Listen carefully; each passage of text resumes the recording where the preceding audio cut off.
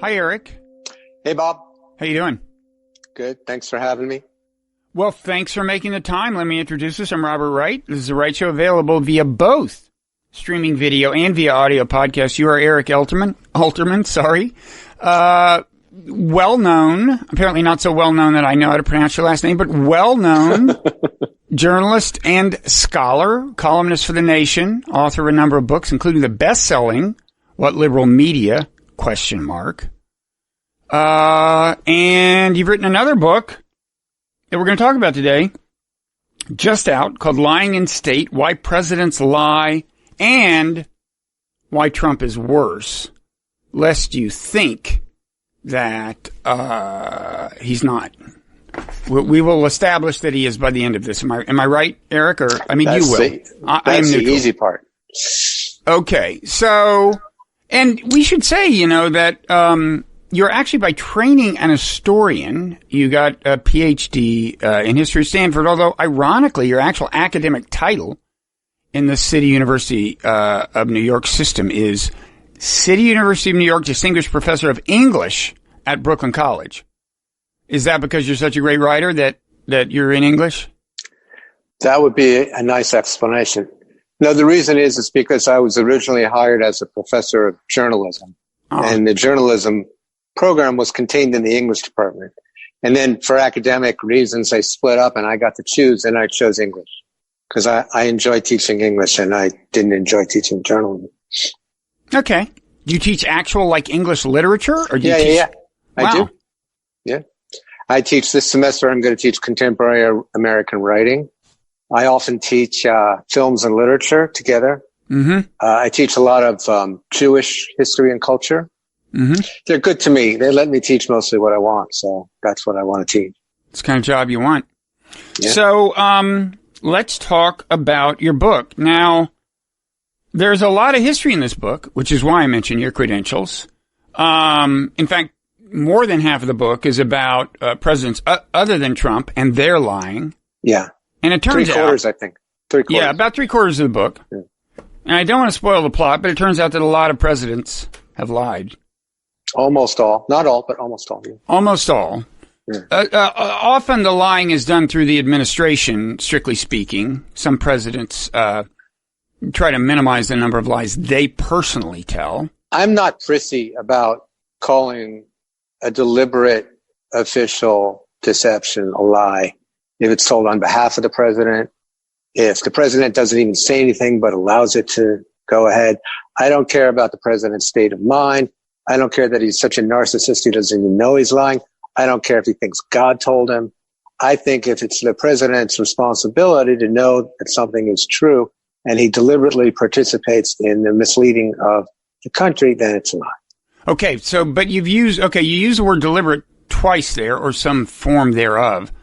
Now, the first time I thought you were saying it doesn't matter whether it's deliberate, but the second time I thought you were saying we're always getting these excuses by journalists.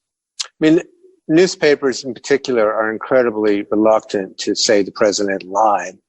And when you say, but obviously what he said is not true, then they say, well, you have to know a person's intent in order to call them a liar. But I say, if it's the president's responsibility to know, and what he says is not true, I don't care what his intent was. So that's your definition of lie. The effect is the same.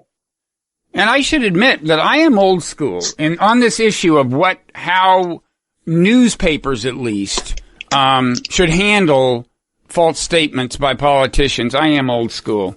And that is one of the reasons I give, is that strictly speaking, a lie, generally, if you look it up in the dictionary, it entails some kind of, intent to deceive. And strictly speaking, we seldom know for sure what's going on in somebody's head. But that's not the only reason, I guess, I'm old school. And it also has to do, well, I don't want to get off on my own hobby horse, but I will say that you, at the end of the book, you address this issue. And you would like newspapers to say they're lying. And it seems to be kind of not enough for you when they say something like, Trump falsely claims. Because, that itself is an innovation, right? I mean, 10, 20 years ago, they almost never said that kind of thing. They would establish obliquely in the piece that they weren't telling the truth. They might cite the fact that contradicts them, but they wouldn't even be as judgmental to say Trump falsely claims. But for you, even that is inadequate, right? Well, Bob, I'm sorry to have to disagree with you so early in our conversation. I was hoping you would. Okay. I'm fine with Trump falsely claiming. Okay. We rarely get that. We get one of two things. And again, even this is an improvement. What we usually get is Trump said X for which there's no evidence, when we know there's contrary evidence, but they don't say that. And the second thing we get, which is supposed to be the big innovation, are fact-checking columns. So that on page 1, they quote Trump saying this X, Y, Z, and in the tweet it just says, here's what Trump said. And in the headline, it's what Trump said. And then you look and open the newspaper or the magazine or whatever it is, or the website, you click down and they go, by the way, here's all the things he said that aren't true. And to me, that's not useless, but it's not nearly enough. The falsehood, whatever you want to call it, I don't care really if you call it a lie or not. The falsehood has to be pointed out at the same time that the statement is quoted. Otherwise, the person gets away with it. So that's my big complaint. So even though the Washington Post has now counted 20,000 false claims, as they call them, by the president, they still go ahead and print those false claims as if they're true when they're reporting on them. The New York Times does the same thing, and so do most of the publications I see. So the president gets away with, I'd say, 85 to 90% of his lies, even though everybody knows, he's a big liar because he's made 20,000 false claims as we speak, with more to come. Yeah, there are people who keep track of these. Yeah. And one thing I'm sure you would say that distinguishes him from other presidential liars is just how damn prolific he is. I mean, of course, he in a certain sense, he has more utterances than most presidents if you count his tweets. If you count each tweet as an utterance. That's hardly the problem. Okay. You don't think that's the only, you don't think that's the full extent of the full explanation? I do think, however, though, that it's a terrible problem the way the media report on his tweets by just saying Trump tweeted this without pointing out that it's repeatedly been false. I mean, the reporter I admire the most in this respect is Daniel Dale, who was picked up from the Toronto Star, I think, by CNN. And he keeps track, and he says Trump said this for the 300th time, knowing that it's false. I mean, having been determined it's false. We don't know if Trump knows that it's false, but if he doesn't know it's false, it means Trump is insane. So that's your choice because it's been pointed out so frequently. But at the same time, CNN will tweet itself. It will write headlines. It will report on the air and on CNN.com that Trump said this on the very same day that Daniel Dale has pointed out that he's lied about this now 300 times. So there's a disconnect here. There are a lot of reasons for it. I think it's one reason I wrote the book is because the question of why it happens and what it means is so complicated. It takes a book. Yeah. So what are some other things that distinguish? So quantitatively, there's a distinction between Trump and your average presidential liar. I think we'd all agree. He just says more things that are not true than I assume any other president in history. It's not even close. He literally has told more lies in 15 minutes than Barack Obama told in 8 years. Literally. That's not an exaggeration. Okay. Well, that's impressive in a certain way. So what about the qualitative dimension? I mean, is there something different in the nature of his lies, or at least in the nature of a lot of them when you compare him to past presidents? I think there's two major differences, although I'm glad you asked me this because I have to think about this and be able to answer that question clearly. One difference is that he doesn't care that you know that he's lying. So other presidents, when they lied, they were trying to convince you that what they were saying is true. And Trump is not even doing that. He's just trying to win the minute, not even the 10 minutes. He's trying to win the minute.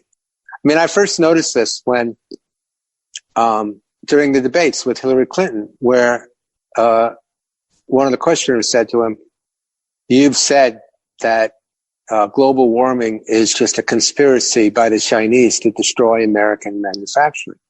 And he said, I never said that. I never said that.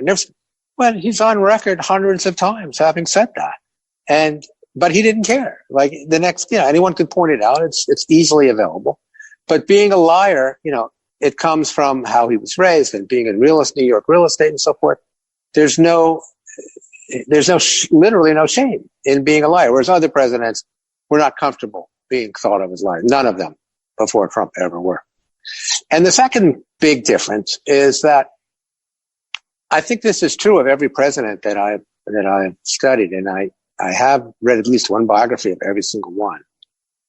And again, most lied, but they lied in pursuit of a particular goal. They had a policy and basically you understood what the policy was, and you could approve of it or disapprove of it, whereas you might not like the means by which it was pursued. But Lyndon Johnson told a lot of lies about Vietnam, because he really had concerns about his policy there. Nixon too. And Nixon is probably the biggest liar before Trump. But Trump doesn't lie for any particular reason. He just lies. Trump had a meeting with Pierre Trudeau. And then he came out of the meeting and he said, yeah, I lied to him. Like, what was the point of lying if you're going to come out and say, yeah, I just lied to him, in a press conference? And, he'll go to one of those, European summits, and he'll come to the microphone and he'll lie about what was just agreed upon when they're all standing there. And they're all going to say, no, we didn't agree to that in the next 5 minutes. So he hasn't accomplished anything. He just lies again because, it used to be a big scandal. People were concerned that our politics were based on the week or on the day. Trump is only interested in the minute, and the consequences of this are that it's interesting. He's kind of a genius. The consequences of lying all the time are that you can't believe anything. But Hannah Arendt made this point in The Origins of Totalitarianism. And if people can't believe anything, then you can get away with it because nothing anybody says is true, and everything is as true as the next thing. So you can assert all these things and get away with them because there's no value to truth. Yeah, he's also a genius just at what you alluded to, holding attention. He's really good at that. That doesn't always involve lying. Sometimes it involves just saying something outrageous that isn't falsifiable or even untrue. But he's amazing at that. He did that recently because I'm not exactly sure when people are seeing this. Yeah, maybe we should cancel the election. Yeah, they'll remember this. We're recording this on the day when he tweeted, should we maybe cancel or postpone, I guess he said. I don't know what words he used, but yeah, and there was the predictable uproar. And it's, you questioned how often the lies are instrumental, but some people have pointed out that this came 15 minutes after the reporting of some really bad economic news. And that's his genius. It also overshadowed John Lewis's funeral service where Barack Obama gave his very first rather pointed attack on Trump in public. Yeah, he's definitely got, and I don't even know that he knows what he's doing. I think this is actually what I think genius is. I think genius is very different from intelligence. I think it's innate and instinctual. And he's got an instinctual genius to control media attention. And it's pathetic. It's so obvious. It's, we have a little dog here who runs after a tennis ball, and Trump, the media behaves just like this little dog. Yeah, and people in general. Non-media people on social media as well. I mean, he's just very impressive in that sense. Now on the issue of him not caring that it's not true, don't you think that sometimes he doesn't care that you elite liberal Eric Alterman, but there are like low information voters who aren't going to bother to follow it up and are in his base, and he's hoping that they'll believe it, right? Two things. One is, I know I'm an elite liberal, quote unquote. I just like to say I went to nothing but public school. I teach in a public school. My daughter went to nothing but public schools, including college. I take the subway when there's not a coronavirus. So yeah, I'm an elite liberal, but if you want to get competitive, my grandfather was a sharecropper. Okay. Oh, really? But that's actually true. My grandfather was a kosher chicken farmer. Oh, that's nothing. I mean, look, when Clarence Thomas was being nominated for the Supreme Court, everybody was like, his grandfather was a sharecropper. That's apparently like a huge deal. Do I get to be on the Supreme Court? Anyway, I digress. You digress. I digress. What was the elite. You actually comply with the technical definition of elite. As you know, as a good social scientist, you are technically an elite. You're the record, however. And I mean... but I'm going to answer your question. Yeah. I just wanted to get that out. Yeah. I've never been able to make that point in public. Trump is, again, this is part of his genius. One of the most ridiculous lies he told was at the very beginning when he made Sean Spicer go out there and tell everybody that the crowd had been the biggest crowd ever. And anyone could see that it wasn't true. And Sean Spicer had to humiliate himself. And then, and that's when, Kellyanne went on, NBC and said alternative facts. But Trump never let it go. He actually had the Park Service change the records, like change the photographs. Like he kept demanding that Spicer come up with numbers that somehow made it true. And the reason he does this is because you can't believe what you see and hear. It works on everyone. And the media, because they won't say the president lied. I mean, occasionally they do. I've seen it maybe twice in the news pages of the New York Times, once in the Washington Post, during the period I was writing the book, which ended in January. Then he wins because everything becomes a matter of he said, she said. And this is what, because the media remain committed to the ideology of objectivity, they have a lot of trouble taking a side. I wrote my very first book almost 30 years ago, Sound and Fury, about the history of the punditocracy. Mm-hmm. Which was your term? Was that your term, punditocracy? Yes, thank you very much. Congratulations. Thank you. It's in the OED. Is it? Really? Yep. When I die, that's what it's going to live on. Punditocracy in the OED. I tried to get in with dialogue, but that didn't catch on. We're having a dialogue right now, but apparently you and I are the only two people who know that. I'm enjoying the dialogue. Yeah. Okay. That's my contribution. Anyway, in that, I had a little footnote in that book where I quoted George Bush, who was the president, George H.W. Bush, saying something about why the district shouldn't be a state. I don't remember exactly what it was. Although, interestingly, Barack Obama mentioned that today. I think it's good cause for Democrats, D.C. statehood. And then Jesse Jackson replied, that's terrible, and here's why. That was the framing of the story in the Washington Post. And they were both lying. But that didn't matter. Objectivity just says, quote one side, you have to quote the other side with no bias at all in favor of truth. And Trump exploits that like we've never seen. Now, one of the themes of the book is that the Republican Party has been doing this for a long time. I mean, politicians always did it to some degree, but the Republican Party began taking leave of reality successfully, first under Ronald Reagan, and then Newt Gingrich jacked it up quite a bit, and it was successful for these reasons. And Trump just took it into the stratosphere. So that when you watch those debates from 2015, 2016, nothing they say is true. Nothing. And the reports the next day are all, oh, this person really connected with the audience. They did great. And it was all about lies. They were connecting on the basis of lies, but that was considered irrelevant. So there are a lot of problems that go into this, but again, that's why I wrote a book, because, truth should matter, whether you like it or not. Yeah. So, I mean, of course, the other side has their own story about the arms race over the last 30 years of kind of hardball politics with seemingly growing disregard for the truth.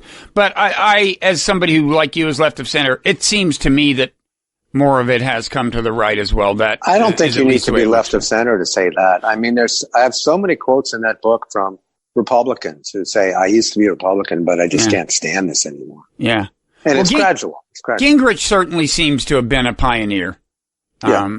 I will say. Reagan too. Reagan gets credit for not being a liar because he was considered nuts. But I'm tired of that explanation.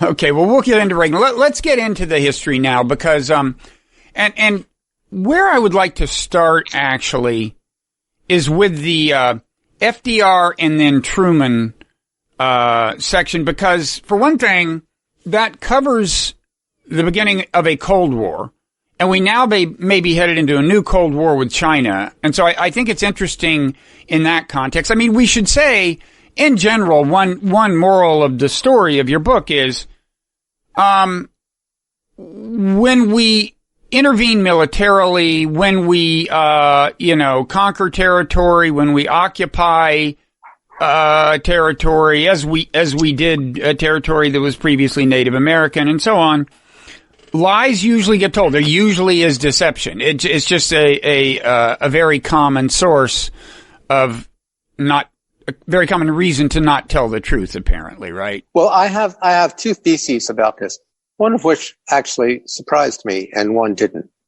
But for the first 2 centuries or century and a half of American history, most of the lies were told for one of 2 reasons. Well, they're lies told by politicians because politicians lie for their own, to win elections and so forth. But most of the lies were told for one of 2 reasons. One was because of the country's commitment to white supremacy. That's the one that I just hadn't thought about.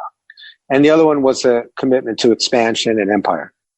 And both of these 2 things are contradictory to the notion we like to carry around of ourselves in our head. We are supposed to be a nation where all men are created equal. And we are supposed to be a nation that does not have an empire, does not force people to do anything they don't want to. We're the champions of democracy, etc. But those 2 things are false. And so presidents, in order to appeal to the idea of the country that people had in their head on both of these counts, had to lie over and over and over and over, because we were enormously expansionist, and contained within that expansion was always the insistence on white supremacy. So that's I can tie almost all the important lies told through up to, I'd say, Woodrow Wilson at least. So, for example, Andrew Jackson, I mean, an example of what might fall maybe into both categories. But Andrew Jackson claiming that the agreements that the Indians were voluntarily ceding the territory and so on. That's an example. Well, there are 2 problems with Andrew Jackson, and they're related. One is that Indians were considered savages, and killing them you weren't killing a human being. So the lie was that you conquered these territories without any cost, and there was no humanitarian cost. But secondly, Jackson signed all these treaties with the Indians that he had no intention of adhering to. So as soon as the treaties became inconvenient, they were immediately ignored and therefore lied about. So you had a combination of, and in fact, there were, I quote somebody, a Republican senator at the time, and said, well, we don't really have to adhere to these treaties because they're not Christians, and non-Christians can't swear to anything. So we're not really lying. We're not really doing anything wrong. So when you combine this insistence, I mean, that's in the days of manifest destiny. When you combine the idea that America, that this white Christian nation is touched by God to go out there and improve everybody's life by either killing them or converting them. Well, that's a lie, but it's a lie that is a necessary lie if you want to be a successful politician at that time and place. Okay. So, let's talk about the deception involving war that you seem to most approve of, which is FDR's. As a rule, you disapprove of the deceptions you chronicle, but for FDR, you make an exception, right? I make really two big exceptions. One is FDR and one is Kennedy in the Cuban Missile Crisis. Although, these are two of the lies I know the most about because they were subjects of my doctoral dissertation 30 years ago or something. And interestingly, there were enormous costs to these lies told afterward. And both presidents died early in their terms, Roosevelt in his fourth term, and they weren't there to see the costs paid. But yeah, look, Roosevelt, I got to say, my first book on lying, called When Presidents Lie, which was based on my dissertation, came out in 2004. I made the argument that presidents should never lie.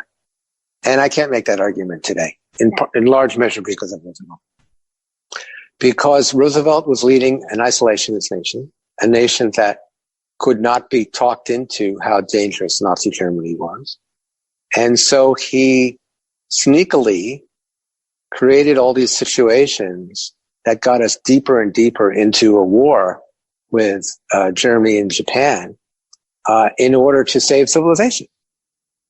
So when I weigh saving civilization versus the president lying, I got to go with saving civilization. I got to say, what a far-sighted leader we had at that time when the country was embroiled in all this foolish isolationism with regard to this threat that Hitler posed. And that one example is enough to disprove the rule for me.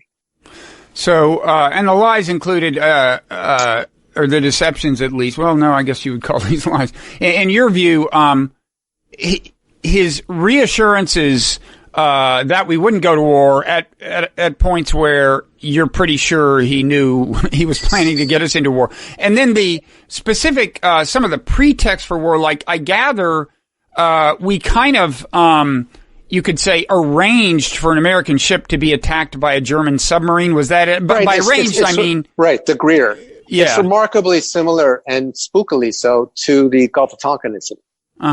Where Senator Fulbright made Vietnam. Right. Senator Fulbright made this exact point.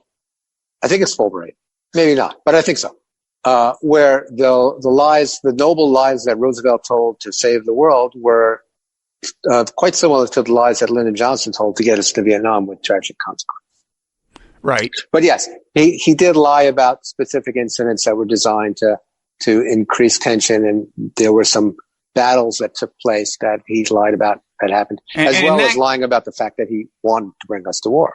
And in that case, when I say arranged to have attack, I mean he kind of harassed the submarine in a way that made it likely that the ship would get attacked.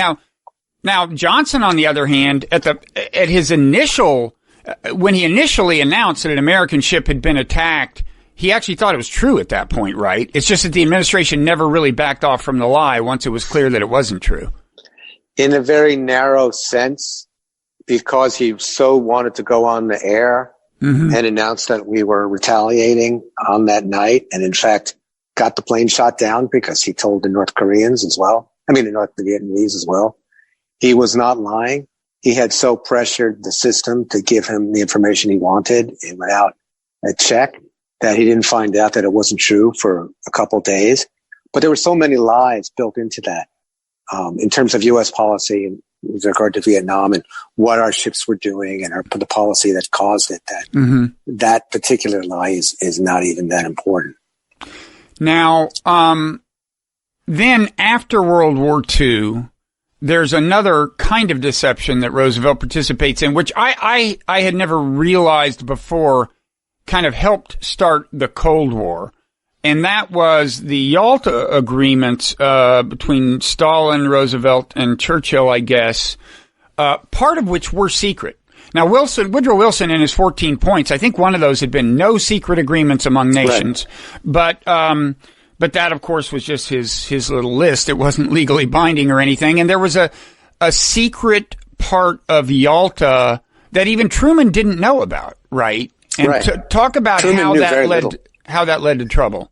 Well, there were two big categories of lies about Yalta. One was what Roosevelt came back and told Congress he had achieved in terms of freedom for Eastern Europe, and he hadn't achieved any of that. But you could look at the agreements yourself and make that conclusion if you wanted to, if you were a real expert. You mean you could conclude that there was no such guarantee, or you? Yes, you could say he says that this means that the Soviets are going to allow Poland to be free, but if you read it carefully, it doesn't really do that. Yeah. And if you were really smart and skeptical, you could have come to that conclusion and just said he's vastly exaggerating the degree to which he got the Soviets to agree to a peaceful future. But his successor apparently didn't read it that way, Truman. No, almost nobody did. But the specific lie had to do. See, this is very complicated. If you make a secret agreement during wartime that you need to keep secret because it's a war, then you need to keep it secret. I'm cool with that. We didn't know that an atomic bomb would work, and we didn't want to invade Japan because the expected casualty rate would have been enormous, like 1 million men, they predicted. So Truman made a deal with the Soviets to give away territory that belonged to Japan and China. I think it's China, South Sakhalin. In exchange for the Soviets agreeing to declare war on Japan, so that we would have a partner and fewer Americans would die. Mm-hmm. And if you had revealed that, then it would destroy part of the value of having the agreement. So you can't reveal it. But the problem here is that Truman never learned about it. Mm-hmm. So he insisted that it had never happened. And Roosevelt didn't tell him and hardly told anyone. One of the only people who knew was the translator, Averell Harriman, and he lied about it because he was very, very anti-Soviet. He would be the ambassador to the Soviet Union. He had lived there and had been miserable. So by the time Truman finally found out, and believe it or not, after Roosevelt died, the State Department said they couldn't find a copy of the agreement anywhere. So they didn't know what was in it. And Roosevelt, he treated Truman quite contemptuously. He only spoke to him twice as vice president and never about anything important.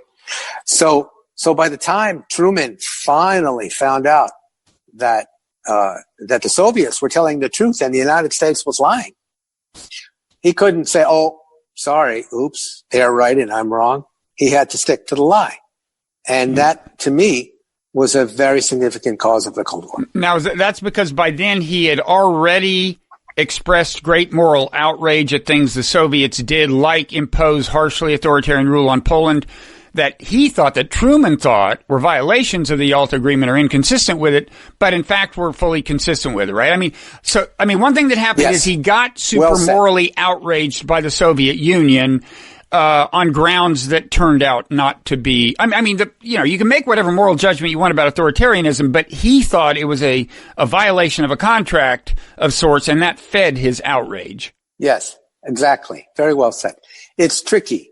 Stalin was one of the 3 great mass murderers of all time, I would say, and yet he really stuck to his agreements in a way that the United States did not. There's no question that the United States violated the Yalta Agreement before the Soviet Union did. In what way? By voting to allow Argentina into the UN. Okay.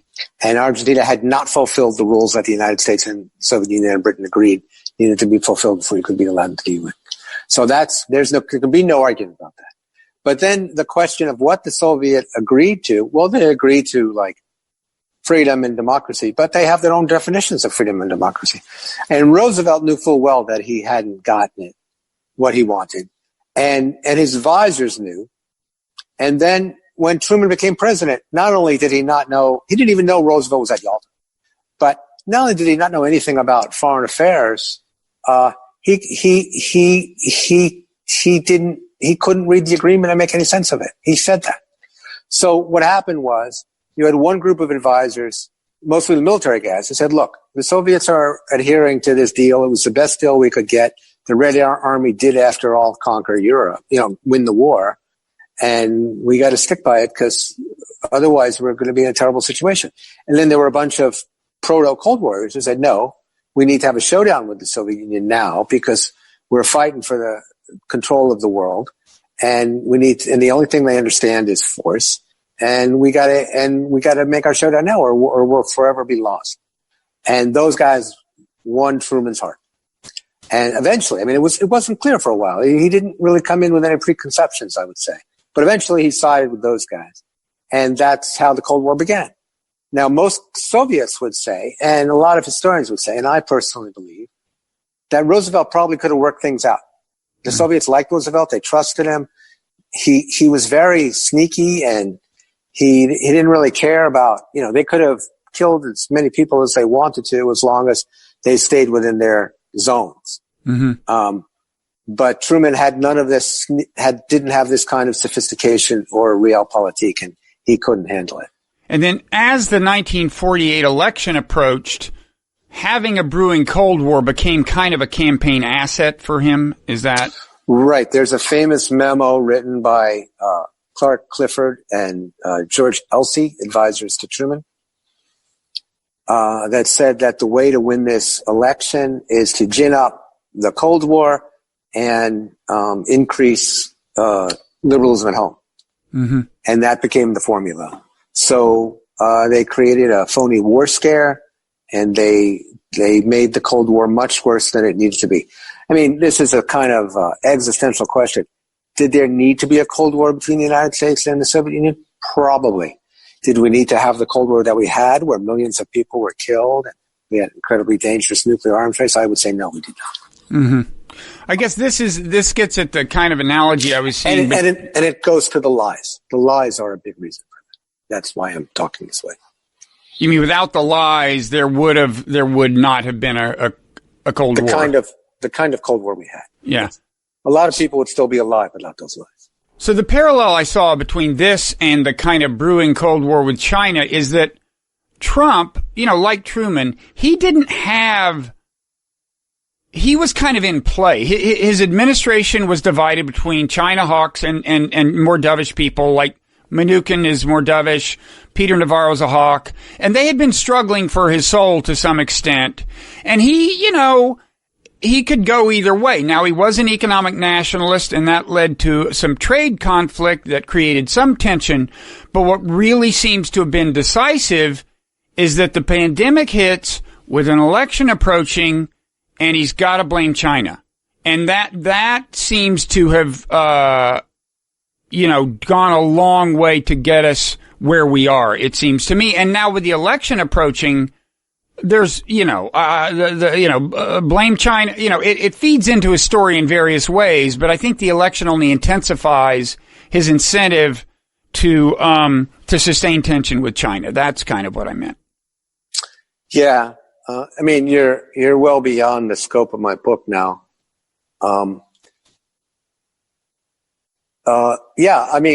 Just being a pundit for a moment, what else has he got? It's the worst. The country's in the worst situation it's been in anyone who's alive's lifetime. Mm-hmm. And he needs to blame someone. And, for a while, he just blamed immigrants and people of color and Muslims. But the problem is obviously that 150,000 people as we speak are dead and more are going to die, between now and election time. And China's the obvious, culprit for him. Mm-hmm. I don't think it'll work, but he's got nothing else.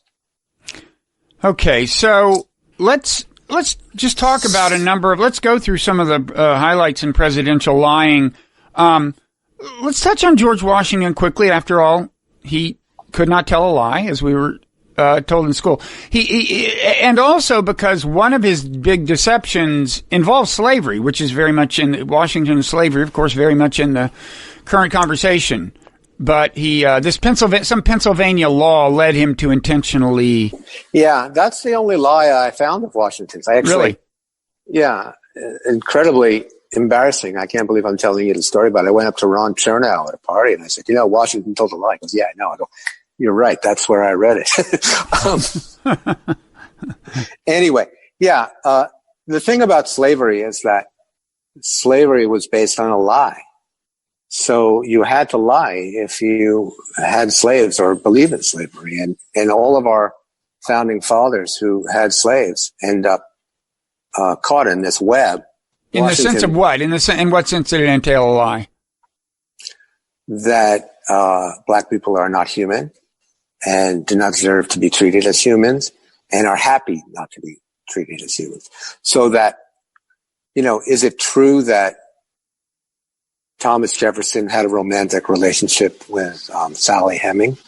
No, he raped her, because you can't have a romantic relationship with a slave, particularly a slave who's 27 or 30 years younger than you. I mean, that's a lie.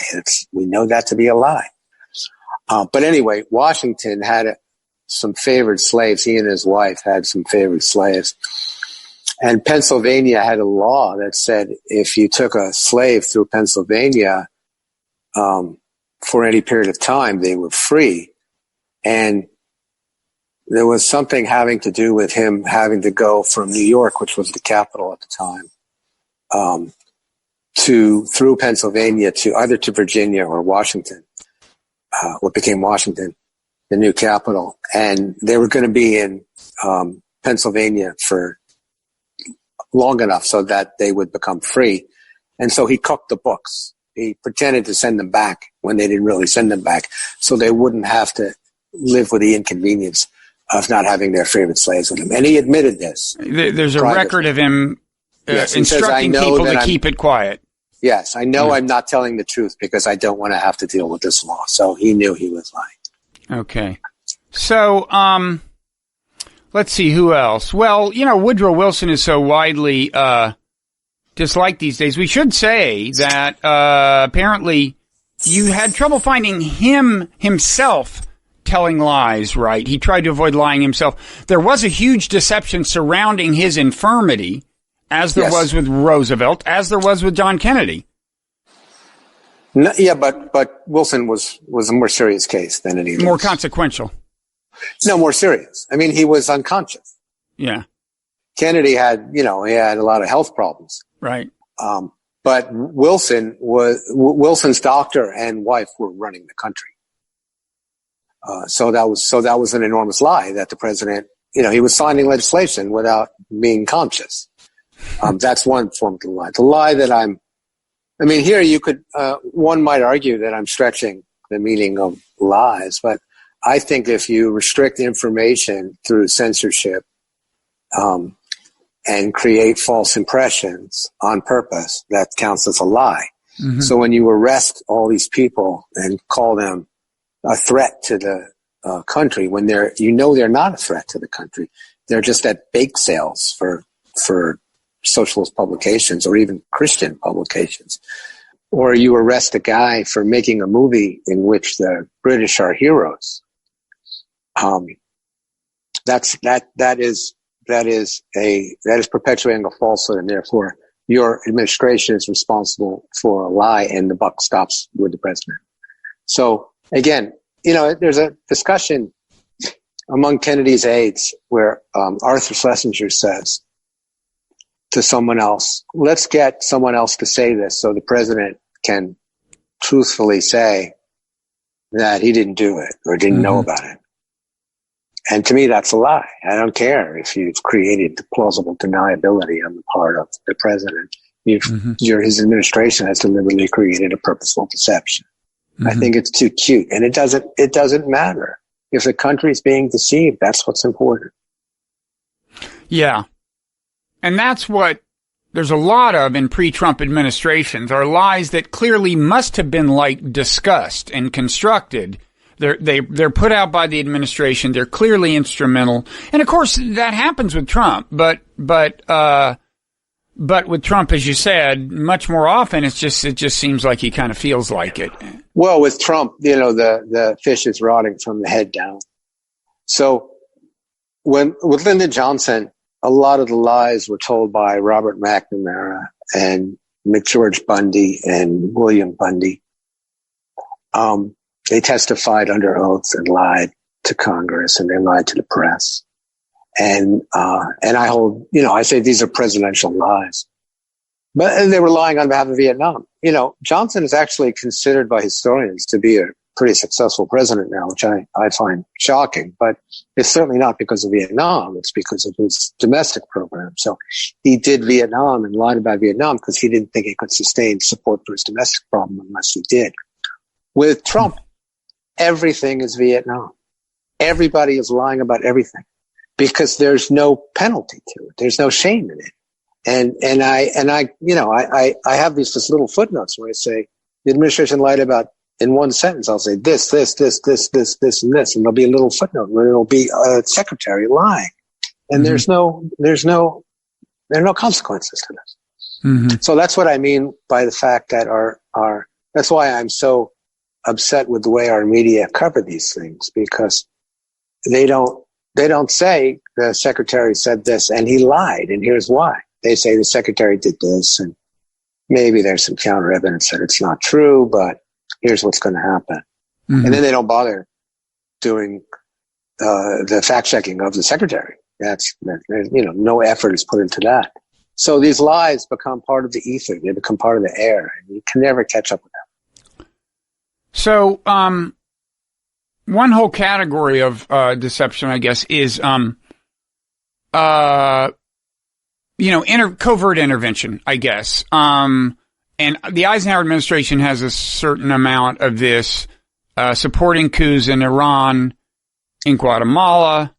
Of course, earlier, Teddy Roosevelt had fomented a revolution that led to the creation of Panama so that he could create the Panama Canal.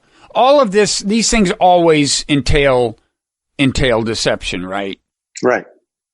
And then Eisenhower also was kind of caught lying about the U-2 thing when Russia turned out had downed a U-2 spy plane. Which right. Supposedly that was his wasn't biggest regret because he was caught. He was humiliated by having been caught. Much less consequential than some of the others, but it was the one that bothered him just because people knew it was a deception. By the way, Eisenhower's chief of staff suborned perjury in that case. He told someone else to lie to Congress, which is exactly what Clinton would have been impeached for if he had done it, but he didn't end up doing it. There was that whole thing about, did he tell Monica Lewinsky to lie to the under oath? He didn't actually do it. But Eisenhower did, or at least his chief of staff did. That's Sherman Adams, I guess. And everybody loves him for it. Look, with regard to covert action, again, if you had killed Hitler covertly, I'm all for it, and lied about it. Totally cool with that.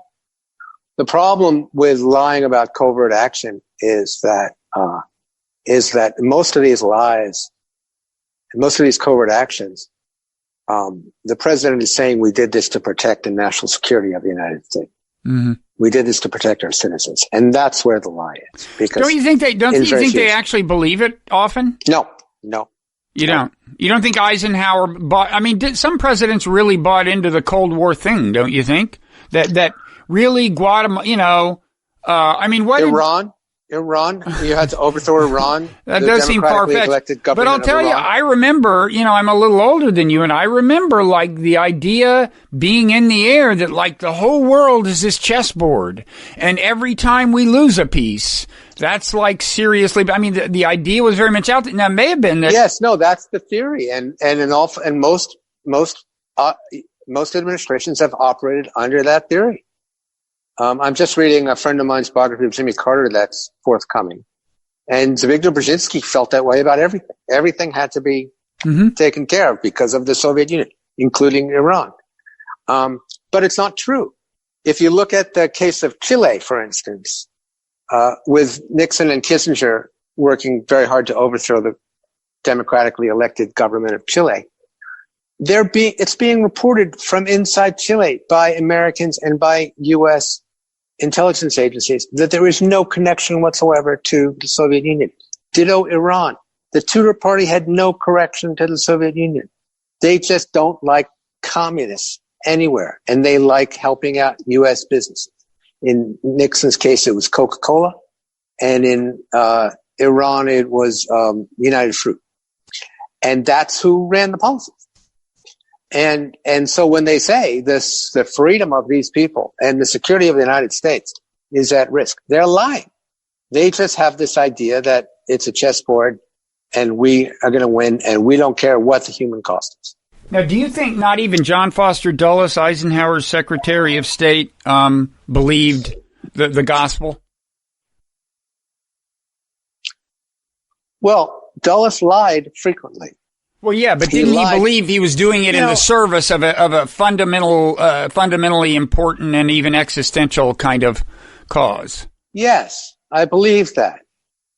But I don't care. He doesn't get to decide that. Okay. If he wants to make that case, he should make that case. I guess I'm just saying that if he wants to come out and say, look, we had to kill a lot of innocent people and to prevent other countries from behaving democratically because we're in a struggle with somebody else 6,000 miles away, and that's the way it is, and tough luck. Okay. We can argue about that. We can discuss that. But if he says, no, we're actually helping these people when we're not, we're killing them and destroying their democracy and instituting a government that will torture them for decades.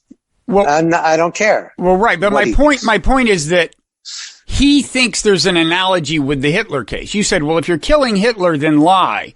He knows he's lying, but he's saying, look, you can't sponsor a coup and tell the truth. You have to lie if you're going to be in the coup sponsoring business. And he believes that the threat of the Soviet Union is existential. It's a threat to civilization in somewhat the way Nazi Germany was a threat. I'm just suggesting that maybe. So even though in the three cases we're discussing, Guatemala, Iran, and Chile, we have established that they knew that there was no connection to the Soviet Union by the people that they were overthrowing. You're saying it's still okay to lie about that? Well, you tell me, did Dulles not believe there was any connection? He was informed that there was no connection. He was told there was no connection. Yeah, because people were trying to... By the people he sent there. The ambassador to Chile, Edward Corey, who's a very Cold Warrior type guy, he said, there's nothing here. And they didn't care. That's in Nixon's case. But I'm saying, if you look at the book, there's evidence from historians. The evidence I discovered all has to do with the cases that I did my dissertation on.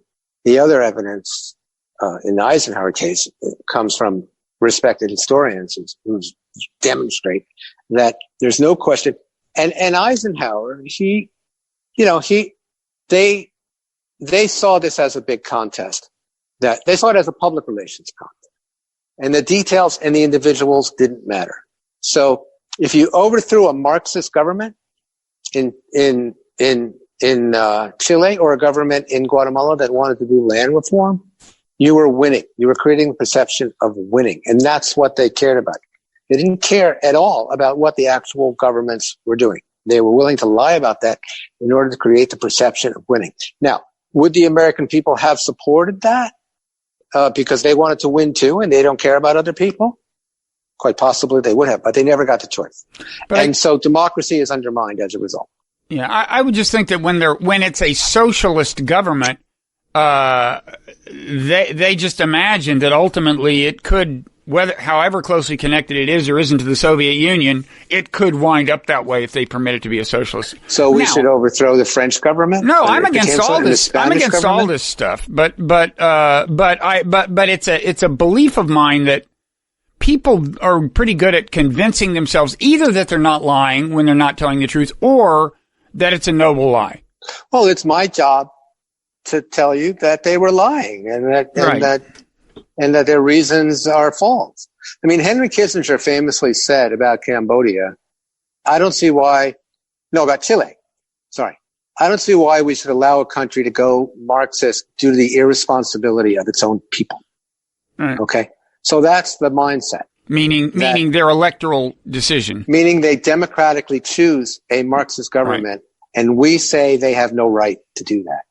Now, if our politicians campaigned on that, I would say this is a pretty nasty country. We should really allow people to be who they want. But at least it would be democratic choice. Mm-hmm. But it's not a democratic choice because in Chile, there was no role for the Soviet Union at all. There was no relationship between Allende and the Soviet Union or any other third party. And yet they lied and said there were. Mm-hmm. And the reason they did that was, for the psychic high of it and for U.S. corporations. Now, let's talk a little. Well, actually, let's stay on Kissinger for 1 second, because one of the more amazing acts of cynicism, in my view, in history that you talk about in the book is Nixon and Kissinger kind of conspiring to derail the peace talks before Nixon was elected so that he could get elected. He was afraid that Lyndon Johnson, if he succeeded at the peace table with North Vietnam, might beat him in the 1968 election, right? Right. It has some parallels with Trump and the Russians in that Nixon and Kissinger were willing to commit what Lyndon Johnson thought was treason, just like Barack Obama was worried about what the Russians were doing and didn't say anything, and they got away with it. But yes, Kissinger was a member of the Paris peace talks under Lyndon Johnson. We were getting close to an agreement with South Vietnam and North Vietnam. And Hubert Humphrey was closing in on Nixon. He was about 2 points behind in the 1968 election. And, the Democratic Party was terribly divided because most Democrats were against the war and Johnson and Humphrey was for the war. So if you could declare peace, it would unite the party and continue Humphrey's momentum, and Nixon probably would have lost the election. So Nixon sent a message through a woman named Anna Chennault, a Republican socialite and fundraiser, to the South Vietnamese ambassador that they should refuse any deal that was offered to them in Paris because Nixon would get a better deal for them after he became president. And they did that. So there was no deal signed, and the war continued for 4 more years. And two things resulted. One is that 27,000 Americans died in that period. Who knows how many millions of Southeast Asians died. And the deal was essentially the same deal that was offered in 1969. It was not improved at all. The second thing was that the South Vietnamese had Nixon over a barrel. William Bundy writes about this in his book. And so they could make all kinds of demands on Nixon lest they reveal what had happened. Oh, really? And so, yeah. And so this horrible Christmas bombing that was undertaken where more bombs were dropped on North Vietnam than were dropped in all of World War II in order to allegedly bring them to the table was done in order to get South Vietnam to come to the table. That was their condition. You need to bomb the hell out of them again so that we have a chance of surviving.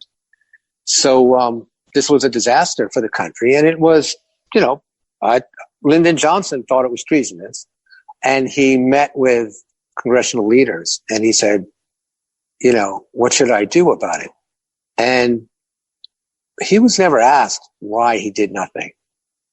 The obvious explanations are two. One is that he would have had to reveal that he was illegally wiretapping Nixon. He didn't want to do that. And two, he even though Nixon, this is how screwed up American politics are. Even though Nixon was running as the peace candidate and Johnson was running as the candidate of Lyndon Johnson and continuing the war, he had more faith in Nixon continuing the war than he did in Humphrey continuing the war. Sorry, I meant Humphrey. Because the Democratic Party was the anti-war people were so strong. And so he wanted the war continued. So there's a lot of evidence that Johnson really wanted Nixon to win. And that's why he didn't do it. But also he would have had to admit that he was conducting illegal wiretaps in the United States, which he wasn't supposed to be doing. That's illegal. Because that's how he found out. So, yeah. Let's talk a little about Kennedy. You said he told one of the few lies you approve of. That's in the during the Cuban Missile Crisis, when he doesn't disclose to the American people that actually, to avert the threat of nuclear conflict, he made a secret concession to the Soviets. He took agreed to take some missiles out of Turkey that they found threatening, right? But aside from that, Greece. What's that? And possibly Greece, although we're not sure about that. And possibly Greece. Okay. Yeah. But aside from that, I mean, I was just struck in reading that section, like what a mass of reasons to deceive he constituted, right? I mean, between his health problems, his reckless philandering, his mob connections, and his apparent actual use of the mob for political ends, at least we can certainly speculate. I think that was his dad more than him. Well, what about? Seems like there was one. What about? There was some involvement with the mob in trying to kill Castro. Well, I mean, they may have come to his assistance in the West Virginia primary in 1960. And in some sense, right? And then B, in Chicago in the general election. In Chicago, he didn't win by many votes. And that was a very close election. Yeah, definitely the mob had something to do with that. Did Kennedy know about that? I don't know. Or just his father. Certainly his dad put it together. Mm-hmm. The problem, look, it's weird. This is why the book doesn't have like a single moral. Roosevelt and Kennedy were incredibly successful, smart presidents, and they were compulsive liars.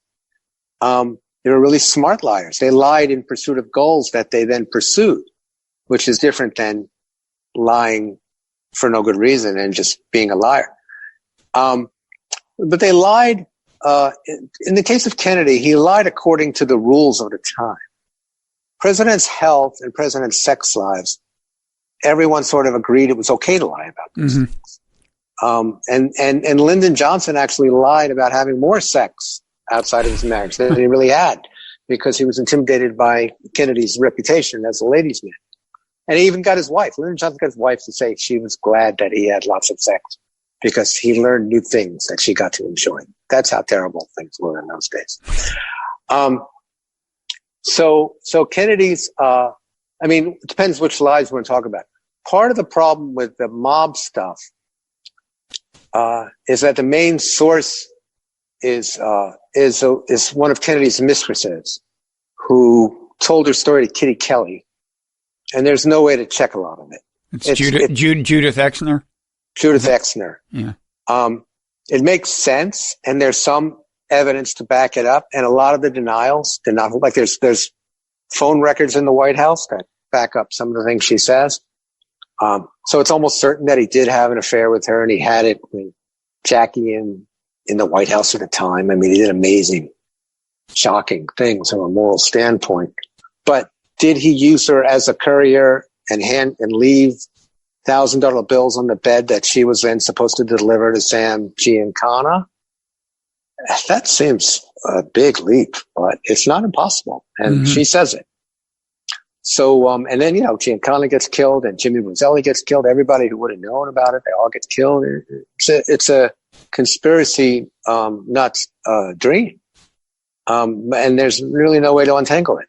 But yeah, Kennedy, like Roosevelt, they're both really rich guys. They both felt like they always had everything under control, and they kind of did. Like, they both felt like whatever arose, they could handle it. And so they did whatever they wanted and got away with it. I mean, Roosevelt also was, even though he had polio, he was something of a philanderer. He had this really strange relationship with his wife, who was probably conducting a lesbian love affair in the White House at the time. And it was all cool because those kinds of lies were, not only accepted, but admired at the time. So quickly, Jimmy Carter, I still remember him saying at the very beginning of his presidency, maybe before he was sworn in, I don't know, but saying, "I will never lie to you."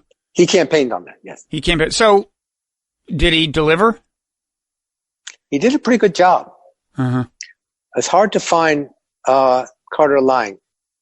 He lied during the campaign. I don't know if you want to call it lies. He definitely, he was governor of Georgia. And if you want to be governor of Georgia in that time and place and then run as the national Democratic nominee for president, your record is going to be a problem. So a lot of his records disappeared, and he explained that things he said in the past didn't mean what they sound like he meant. So you could call those lies. Stephen Brill wrote an article in Harper's called Jimmy Carter's Pathetic Lies. And most of the lies that he came up with were not really lies.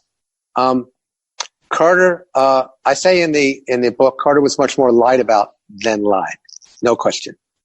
The one thing that I think he did lie about had to do with helping the Soviets, helping the Afghans fight the Soviets. Brzezinski got him involved in that. That's one of those cases where the Empire forces, the Empire made me do it.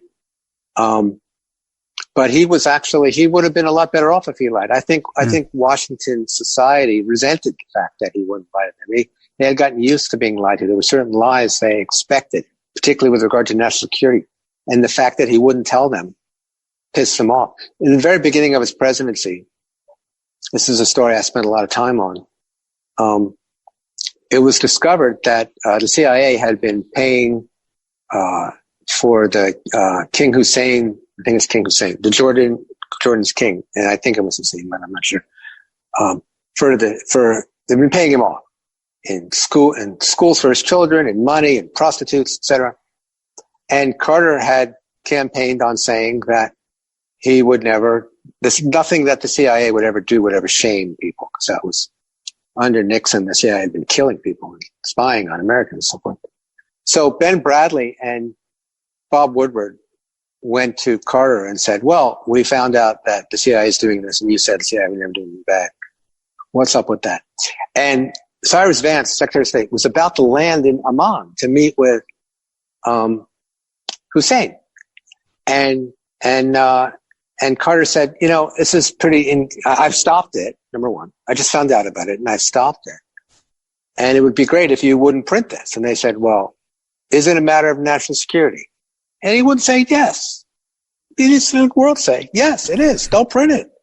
But he said, I'm not going to tell you how to do your jobs. And they printed it while Vance was in Amman with King Hussein. And then Woodward writes up this thing about how Carter gave a very different impression of the meeting that they had afterward, because Carter was pissed. And he said so. And he condemned them for running the story. But he didn't lie. He didn't lie about what had happened in the meeting, and didn't lie in the story. And Woodward treats this as if it's like a Nixonian level. Oh, Jimmy Carter said, I'll never lie to you. And here he is giving a different impression of the meeting, where he wouldn't even but he wouldn't even allow himself to call it national security. So I think Carter, it was his personality and it was the times, but he went overboard. And I think that the sanctimony with which he made this case that he wouldn't lie, and the fact that he and Hamilton Jordan and his people from Georgia, they all acted like they were so much more moral than the swamp that he came to. I think this set people against him and made his presidency far less successful than it would have otherwise been. Yeah.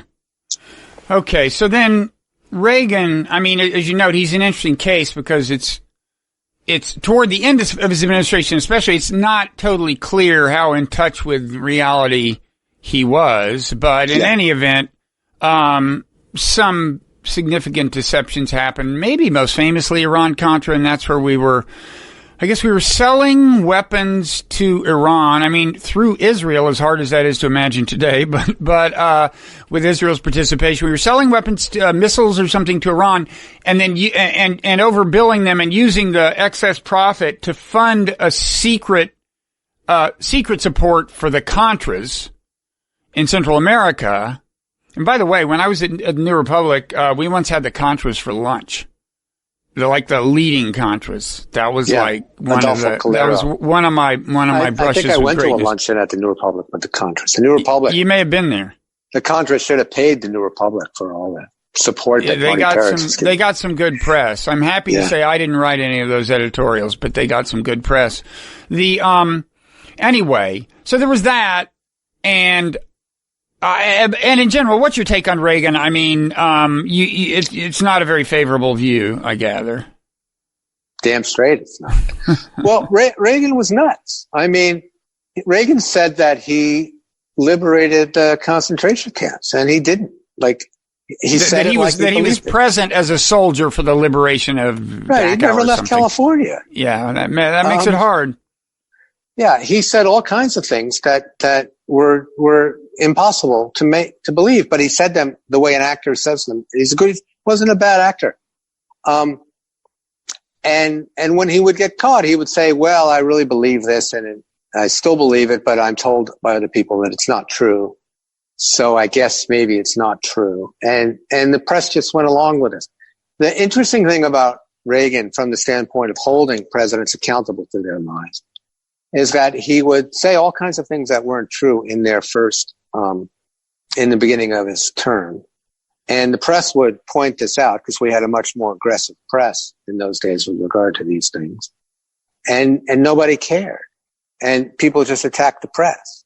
And Ben Bradley, the famous hero of Watergate, and who was very tough on Jimmy Carter, said, we just got to stop this. The country is against us, and we need to be on the same side of the country. So they just stopped, and they let Reagan get away with whatever he wanted.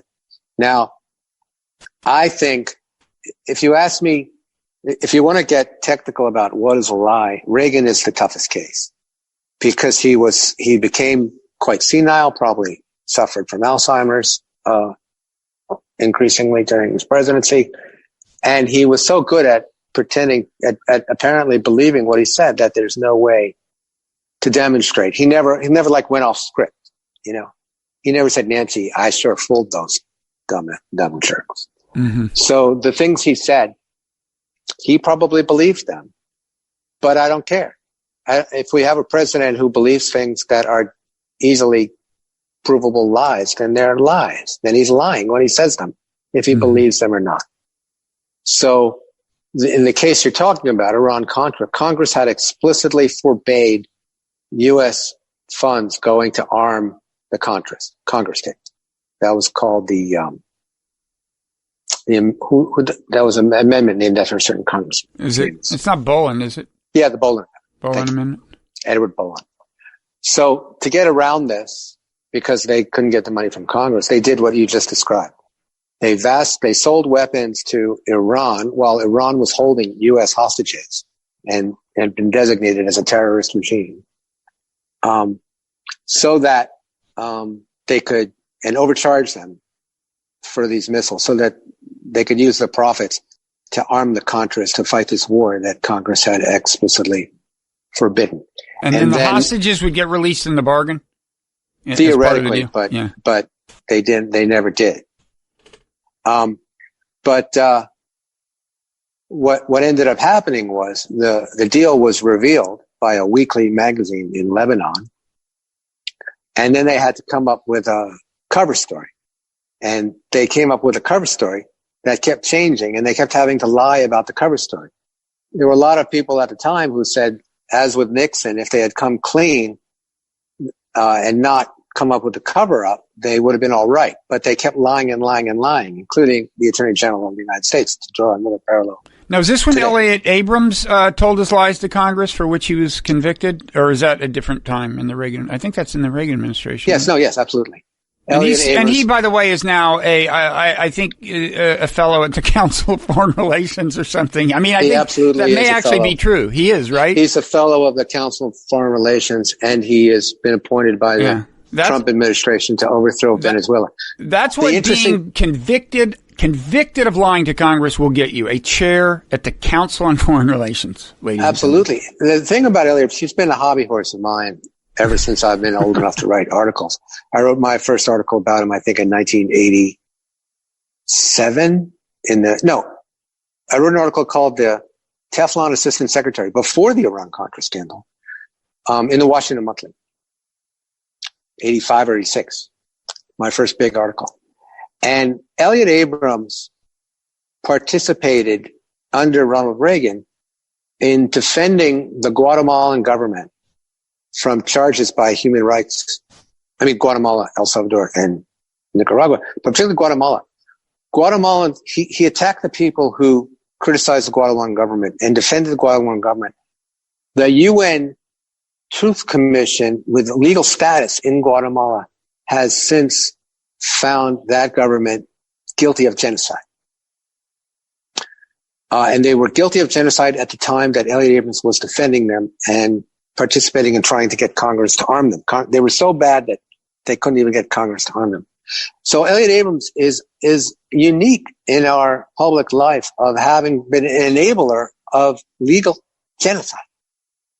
And yet he's as you say, a respected member of the Council on Foreign Relations. That to me is mind blowing. Well, there's something rotten in the state of Washington. I mean, he's not just a member. I think he's an actual fellow. No, that's what I mean. He's employed by now. Yes. Yeah. He was also national security staff in the Bush administration, in charge of the Middle East. Which Bush? The second Bush. Yeah. Now, speaking of him, it has often happened to me in conversations about the Iraq War, where people say to me, the thing I don't understand is if he didn't have weapons of mass destruction, why wouldn't he let the inspectors in? And I always go like, oh my God, what's going on? Am I living in because he did let the inspectors in. He let them look wherever they wanted to look. We had to kick them out of the country so we could invade it. Now, I hadn't realized until reading your book that George Bush himself said that at some point after the invasion, the second George Bush uttered the same bizarre statement that he wouldn't let the inspectors in. Yeah. What do you think's going on? And I mean, I'm guessing he actually, I don't know which is a more alarming thought, that he actually believed it or that he didn't. But do you have a theory? I think George Bush is a little bit like Donald Trump in that he said whatever came into his head. And he might have believed it at the moment that he said it because he didn't remember what he had done. I don't know. I don't. This is why I'm not interested in speculating what's inside a guy's head. It was a lie at the time. He said it twice, by the way, that particular lie after the war. So, the thing is, Bob, and this is what Donald Trump is relying on. Most people are not paying very much attention, and so they don't know if there were weapons of mass destruction there or not. They heard there probably weren't, but they're not sure. And a great number of people in the media, and in this case, I believe I quote Thomas Friedman of the New York Times, probably the most influential interlocutor in foreign affairs in America, and some tough people from the Washington Post, including Howie Kurtz at the time, I believe, saying, it's okay if you lied about this. That's fine. We needed to go, as Friedman said, we need to go kick some ass. So they're interested in the bigger picture, and they, like I said, they embrace the idea of a president lying to get what they want, because the country, particularly with regard to foreign affairs, doesn't really understand things and can't be expected to. Mm-hmm. So you got to lie to get them to do what needs to be done. And they actually go back to the example of Roosevelt and say, look, Roosevelt did it. So, what's so terrible? Elliott Abrams, when he got caught, he did that. Mm-hmm. Now, Bill Clinton, you say, of course, he did famously, I guess, commit perjury, but you say that, on balance, he told, quote, precious few falsehoods.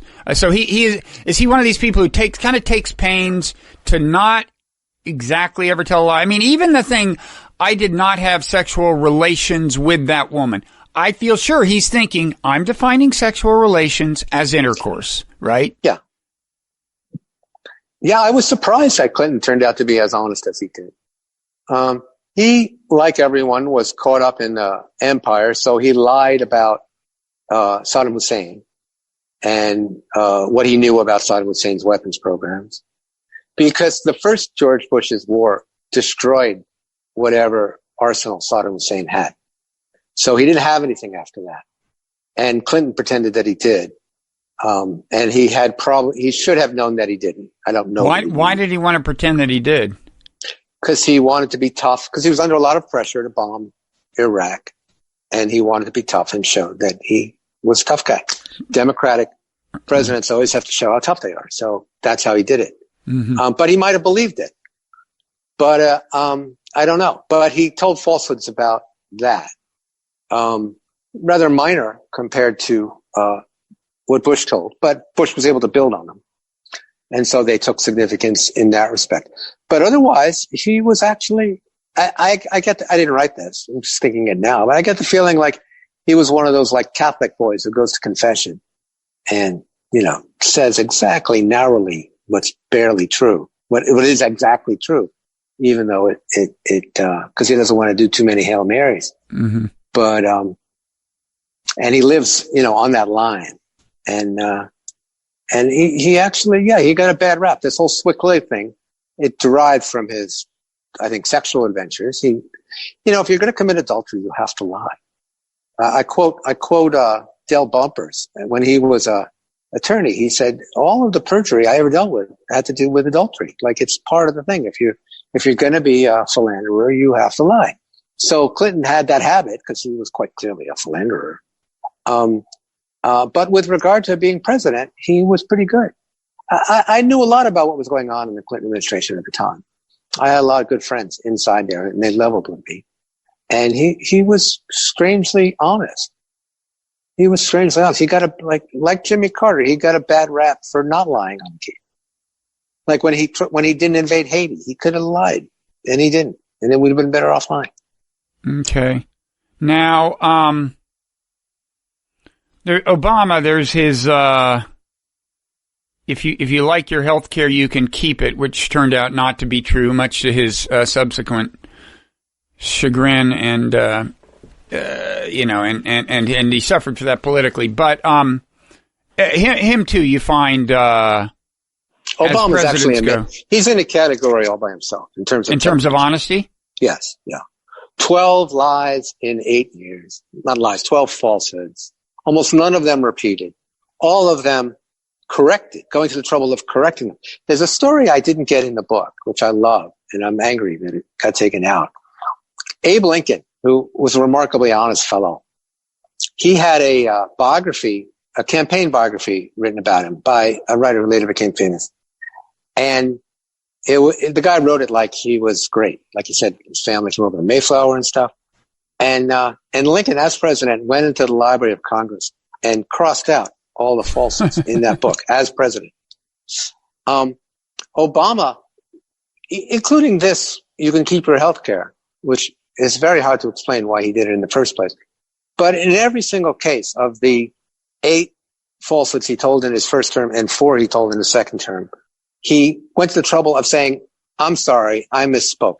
Here's the truth. And he did not repeat himself. So in the book, I mentioned that Trump told 43 lies in 45 minutes one day on Sean Hannity. Obama, he went to a lot of trouble to tell the truth. And again, it was of no political value to him. He would have been better off lying in a lot of these cases.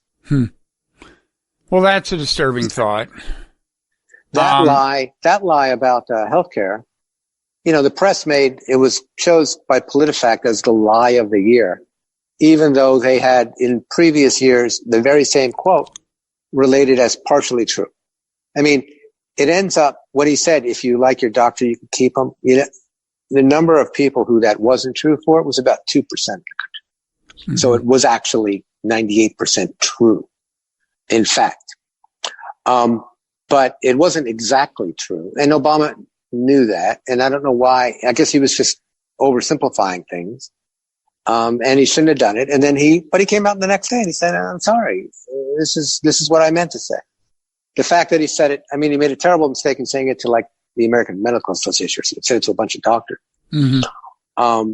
So it was definitely a big stumble. And the media because we haven't talked about both sides of them, but because so many in the media are addicted to both sides of them, they were so thrilled to find Obama having said something that they could catch him on, when at the time the congressional leadership of Republicans was lying as often as they So both sidesism being, well, the thing you alluded to earlier where your job, this isn't, you just mean your job is to present both sides. He said this, she said that. False equivalence is a better way of putting it. Okay, so also, is this a close relative of whataboutism? No. No, okay. Whataboutism is when you change the subject because you can't defend what your position is. Or you point to what you point to something that seems comparable done by the accusing side. So Americans say, wait, Russia is doing this bad thing. And you say, well, wait, look at what we did in Guatemala. Whataboutism is how every single conversation about Israel takes place. You say Israel is occupying all these people and they're torturing them and they're treating them badly. And then someone says, well, what about terrorism in the 1970s? Okay, fine. Change the subject. So in the case of false equivalence, I'll give you an example that I use. Somebody who everybody loves now, this reporter. Who's the reporter who does the Daily for the Times? What's his name? Michael Barbaro. Yes, Barbaro. So he wrote this story during the Republican primaries of 2016, where he said, look, the Republicans are saying a lot of things that are false. And he went through every candidate, although he never used the word lie. He said exaggerated. And then he said, but what journalists called the to be sure paragraph. In this to be sure paragraph, he said, yeah, Democrats do this too. 28 years ago, Gary Hart lied. 24 years ago, Bill Clinton lied. And Hillary's emails, which, by the way, she didn't lie about, turns out. So Trump is saying these incredibly crazy things, and Ted Cruz is, and they all are, Marco Rubio, they're all saying complete and total nonsense. And yet, in this to be sure paragraph, you have a 28-year-old lie by a guy who has, that's the false equivalence that you see all the time. And that's how the Republican Party got away with not being tethered to reality, because it was always seen as everybody does it, when in fact what they were doing was something entirely new, and it led to Donald Trump. And here we are. And we should say that we're taping this as we said at the very near the end of July, and this will not run until your book comes out. So that would be August 11th at the earliest. And according to your metrics, Donald Trump will have told another, several hundred or so more lies. But as you rely on Daniel Dale as the authority there. I may have that number wrong, but anyway, a lot. Well, he's told Daniel Dale has fewer lies in his count than the Washington Post does. I see.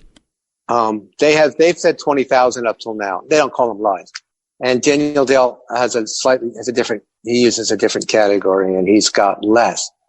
But what Daniel Dale does, which they never do, is put these lies in context and show what he's actually doing and how it's often misreported in the coverage.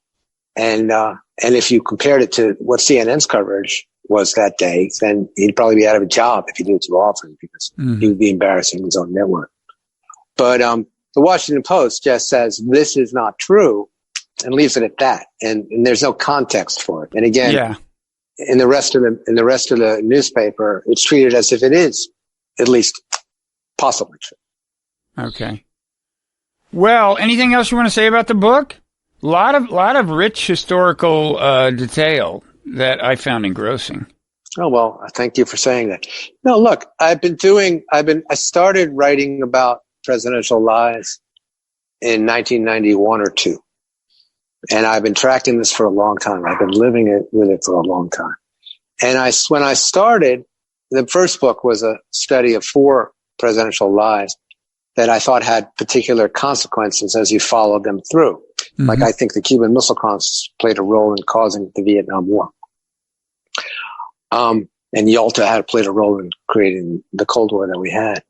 But now, because of this combination of building on lie after lie after lie with presidents, and the radicalization of the Republican Party, and the inability or unwillingness of the media to hold them accountable, we're in a situation I never could have imagined. We're in a situation where democracy is in danger and fascism is possible.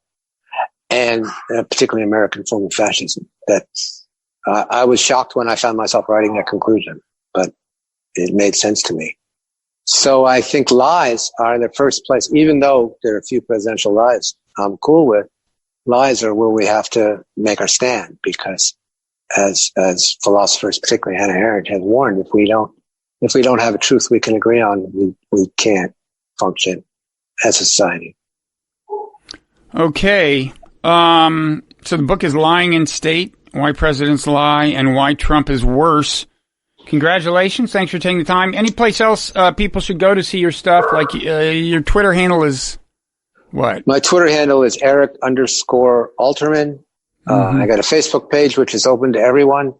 And my column, you can find all my columns at The Nation. At The Nation, right. And my Twitter handle is Robert Writer, WRIGHTER, just in case you should want to follow me. Thank you, Bob. I'm sure all the other interviews I do will be a disappointment after this one. This was really great. Well, I'm glad to hear you liked it. This was great, and good luck with the book. I anticipate great things for it. Thank you so much.